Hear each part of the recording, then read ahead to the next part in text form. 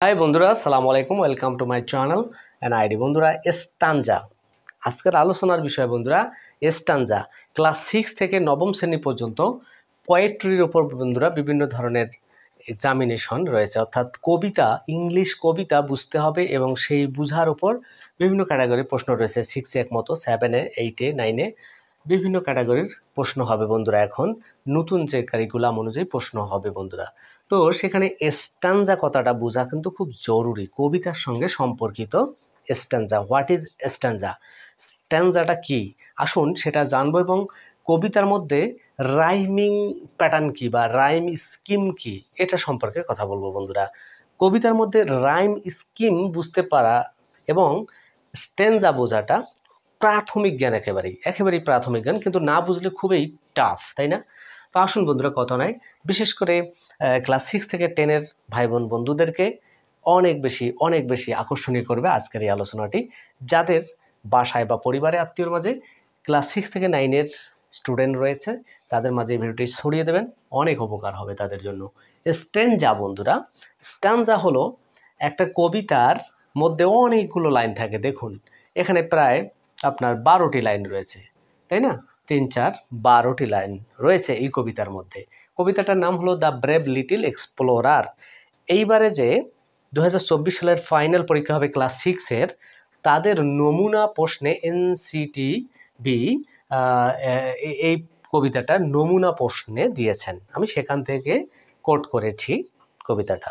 বন্ধুরা, এই কবিতায় দেখুন, আমরা যদি ভালো করে খেয়াল করি, 12টা লাইন কিন্তু একসঙ্গে লেখা নেই, লাগালাগি, মানে একটা প্যারার মধ্যে নেই।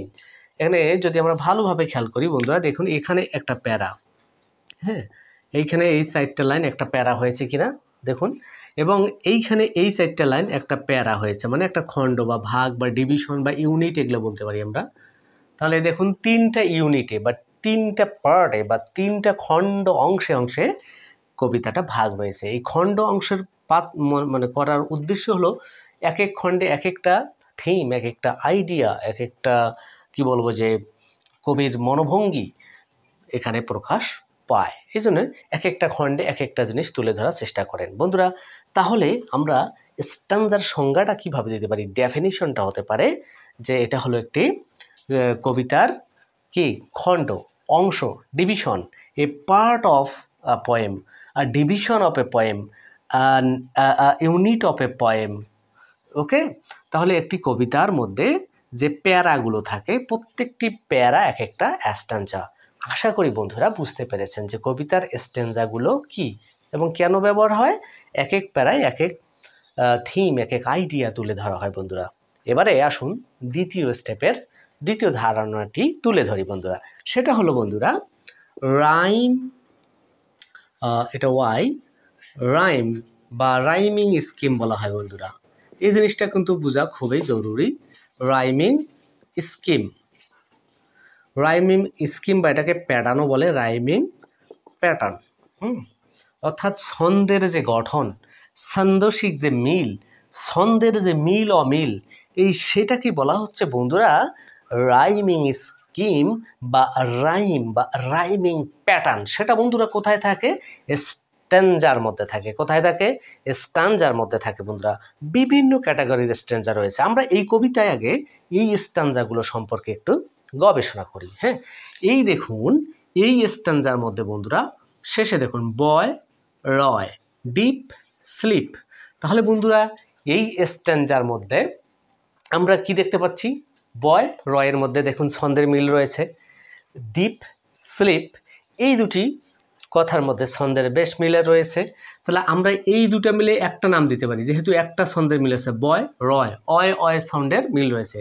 তাহলে এই সাউন্ডটার নাম দিলাম আমি এ, এই সাউন্ডটার নামও দিলাম এ, কারণ একই মতো সাউন্ড, একই মতো ছন্দের মিল মিলে গেছে বন্ধুরা। এরপরে দ্বিতীয়টা দেখুন ডিপ স্লিপ, তাহলে এই দুটোর আমি নাম দিতে পারি বি, এটারও নাম দিতে পারি বি, কারণ এ দুটোতে একই সাউন্ড মিলে গেছে, ছন্দের মিল মিলে গেছে।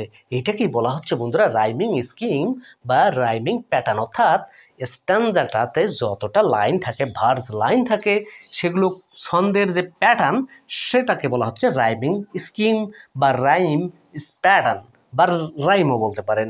ওকে, আশা করি বুঝতে পেরেছেন বন্ধুরা। আলোচনা থেকে আসলে কতটুকু বুঝলেন অবশ্যই কমেন্ট করে জানাবেন। যদি বুঝে থাকেন সেখানে আমার সার্থকতা, প্রিয় ভাই বোনেরা। তো দ্বিতীয় স্ট্যানজাতে যদি আসি, আমরা এভাবে আমরা নাম দিতে পারি। দেখুন বন্ধুরা, দ্বিতীয় স্ট্যানজায় ওয়াইড প্রাইড, যেহেতু এইটা এর সাথেও মিল নাই, বির সাথেও মিল নাই এই ছন্দটার, তাহলে এটার আমরা আর একটা নাম দিতে পারি পর্যায়ক্রমে, মানে ধারাবাহিকভাবে সি, কারণ ওয়াইড প্রাইড আইড আইড সাউন্ডের মিল রয়েছে। এভাবে বন্ধুরা দেখুন কোল্ড গোল্ড, তাহলে সির সাথেও মিল নাই, বির সাথেও মিল নাই, এর সাথেও মিল নেই, তাহলে এর নাম আমরা দিতে পারি ডি। ডি, কথা কি বোঝা যাচ্ছে বন্ধুরা? আবার এই প্যাটার্নের আমরা নাম দিতে পারি এই স্ট্যানজাটার, দেখুন টেইল পেইল, তাহলে এইগুলোর একটারও সাথে মিল নাই, তাই এটার নাম দিতে পারি আমরা, এই প্যাটার্নের নাম দিতে পারি কি ই, এবং এটারও নাম দিতে পারি ই। এই প্যাটার্নের সাথে উপরে কোনোটারই মিল নেই, তাহলে এটার নাম দিতে পারি এফ, এটারও নাম দিতে পারি এফ। তাহলে বন্ধুরা দেখুন, এই স্ট্যানজাগুলোর আমরা রাইমিং স্কিম করে ফেললাম, অর্থাৎ যখন রাইমগুলো আমরা এভাবে চিনে চিনে তাদের নামগুলো এভাবে দিয়ে ফেলবো, সেইটাকে বলা হচ্ছে রাইম স্কিম। তাহলে আমরা যদি এবার এভাবে প্রশ্ন করতে পারি যে প্রথম স্ট্যানজাটার রাইম স্কিম কি, এভাবে আমরা বলবো এ এ বি বি। যদি বলি তৃতীয় স্ট্যানজাটার রাইমিং স্কিম কি, তাহলে বলতে পারি সি সি ডি ডি। যদি বলি তৃতীয় স্ট্যানজাটার রাইমিং স্কিম কি, তাহলে আমরা বলবো ই ই এফ এফ। আশা করি বুঝতে পেরেছেন প্রিয় ভাই বোনেরা। তাহলে বিভিন্ন কবি সাহিত্যিকের বিভিন্ন স্কিপিং প্যাটার্ন রয়েছে, স্টাইল রয়েছে, সেগুলো অনুযায়ী আবার সেগুলোর নামও রয়েছে বন্ধুরা। আসুন আমরা কয়েকটা কবি সাহিত্যিকের প্যাটার্ন আমি নোট করে এনেছি আপনাদের জ্ঞাতার্থে বন্ধুরা, সেটা একটু জানানোর চেষ্টা করি। হ্যাঁ, তো দেখুন, স্পেন্সার একজন বিখ্যাত কবি সাহিত্যিক, তিনি হলেন স্পেন্সার। স্পেন্সার, তার যে স্টাইল তাকে বলা হচ্ছে স্পেন্সারিয়ান স্কিম বা স্ট্যানজা। হ্যাঁ, স্ট্যানজা, স্পেন্সারিয়ান স্ট্যানজা। তার স্টাইলগুলো কি বন্ধুরা? তার যে ইয়াটা, তার সেখানে থাকে বন্ধুরা এভাবে থাকে এ বি, তারপরে এ বি বি, এরপরে থাকে সি ডি ডি সি, এভাবে তার স্ট্যানজা থাকে। হ্যাঁ, এরপরে বন্ধুরা আসুন কোয়ার্টারিয়ান স্ট্যানজা রয়েছে। কোয়ার্টারিয়ান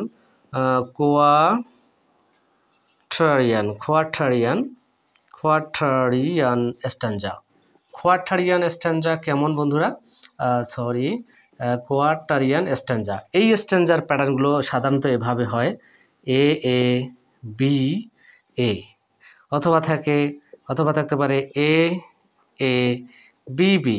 ঠিক আছে, এই স্ট্যানজা বন্ধু দেখুন তাহলে কোয়ার্টারিয়ান স্ট্যানজার মধ্যে পড়ে গেছে, প্রথম স্ট্যানজাটা এ এ বি বি প্যাটার্নের মধ্যে পড়ে গেছে বন্ধুরা। হ্যাঁ, তাহলে এভাবে প্যাটার্নগুলোর নামকরণটাকে যখন করে ফেলতেছি, তখন এটা স্ট্রাকচার, প্যাটার্নের একটা স্ট্রাকচার পেয়ে যাচ্ছে, তখন এটা নাম আমরা স্ট্যানজা রাইমিং বলে ফেলবো।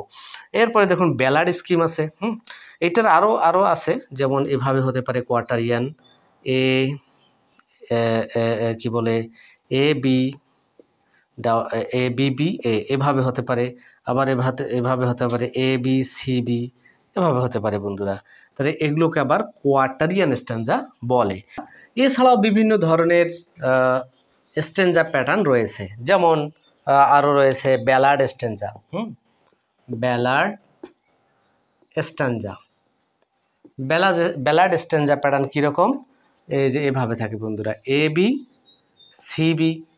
এছাড়াও ব্যালাড স্ট্যানজা শুধু না, যত প্রকার রাইটার কবি রয়েছে তাদের নিজ নিজ প্যাটার্ন অনুযায়ীও সেই প্যাটার্নের নাম হতে পারে, রাইমিং প্যাটার্নের নাম হতে পারে, শেক্সপিয়ারিয়ান প্যাটার্ন হতে পারে, শেলিয়ান প্যাটার্ন হতে পারে, কিটসিয়ান হতে পারে, তাই না? যত কবি রয়েছে তাদের নিজ নিজ প্যাটার্ন অনুযায়ী নামকরণ হতে পারে বন্ধুরা। এছাড়াও বিখ্যাত প্যাটার্ন রয়েছে অঢোবা রাইমা, রাইম রয়্যাল, টার্জা রাইমা, এরকম নামেও বিভিন্ন ধরনের স্ট্যানজা প্যাটার্ন বা রাইমিং প্যাটার্নগুলো রয়েছে বন্ধুরা। যে প্যাটার্নেই থাকুক, আশা করি আপনারা এভাবে নামকরণ করতে পারবেন, প্যাটার্নগুলোর স্কিমগুলোর নামকরণ করতে পারবেন, বুঝতেও পারবেন, যত বড় কবিতাই হোক আশা করি।